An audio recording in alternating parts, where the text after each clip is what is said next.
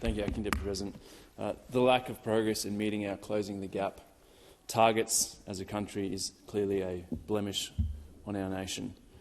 The dismal statistics reflect our failure to recognise our past and are a manifestation of the pain still felt and disadvantage still experienced by so many First Nations people. It's crystal clear in these statistics and the Productivity Commission report that our current approach is failing. We cannot just keep doing the same thing and expecting a different result. We must do better. And many would think that the nation's capital wouldn't have the same failures seen throughout the rest of the country. Unfortunately, this is far from the truth. An Aboriginal or Torres Strait Islander person in the ACT is almost 25 times more likely to be sent to prison than a non-Indigenous person. 25 times. This is the highest rate in the country. We're the fourth worst in the country for Indigenous children in the Child Protection Services, right here in Canberra. It's the same story when it comes to health. It's the same when it comes to financial outcomes. The fact that we allow this to happen in a jurisdiction as small as the ACT is a disgrace, and it seems clear to me that it is not enough of a priority for some of the ACT's elected representatives.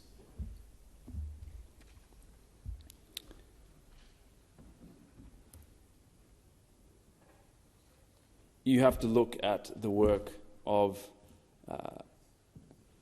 somewhere like Woononga, the only Aboriginal community-controlled health organisation in the ACT, the work of Julie Tongs and her incredible team, and the work that they do in our community for Aboriginal and Torres Strait Islander people and for other Canberrans. And I'd like to take the opportunity to recognise her and the whole team at Woononga. The ACT showed the strongest support of any jurisdiction for the voice at the referendum. I think that the ACT Territory Government should take this as an endorsement from Canberrans to move forward with a truly independent Indigenous elected body, a body that is not under the thumb of the government and can provide frank and fearless advice to government on what is going wrong and how we can fix it here in the ACT. This goes right to the heart of the Productivity Commission report. We have to end tokenistic engagements.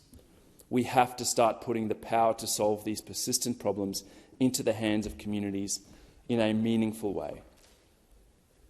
Time and again, First Nations people and especially elders share with me their extreme frustration, their frustration at the totally inadequate support for fundamentals like health and housing that can help change the future outcomes for their children and grandchildren. And again, the ACT falls behind the rest of the nation in these areas. We have less GPs than some rural and regional areas, the lowest bulk billing rates in the country, and the highest gap fees by some distance. There are at least 3,100 people on the social housing waitlist, and public housing stock is in a condition that the CFMEU National Secretary has called third world here in Canberra.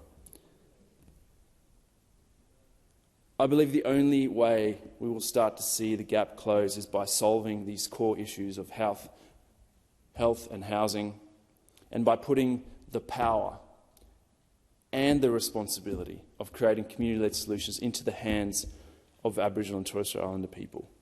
There's much work to do in this space, and again I would like to acknowledge people here in the ACT who are working tirelessly and have done so for decades to solve these problems. It's up to elected representatives to give them more power and more agency to implement those solutions. Thank you, Senator Pocock.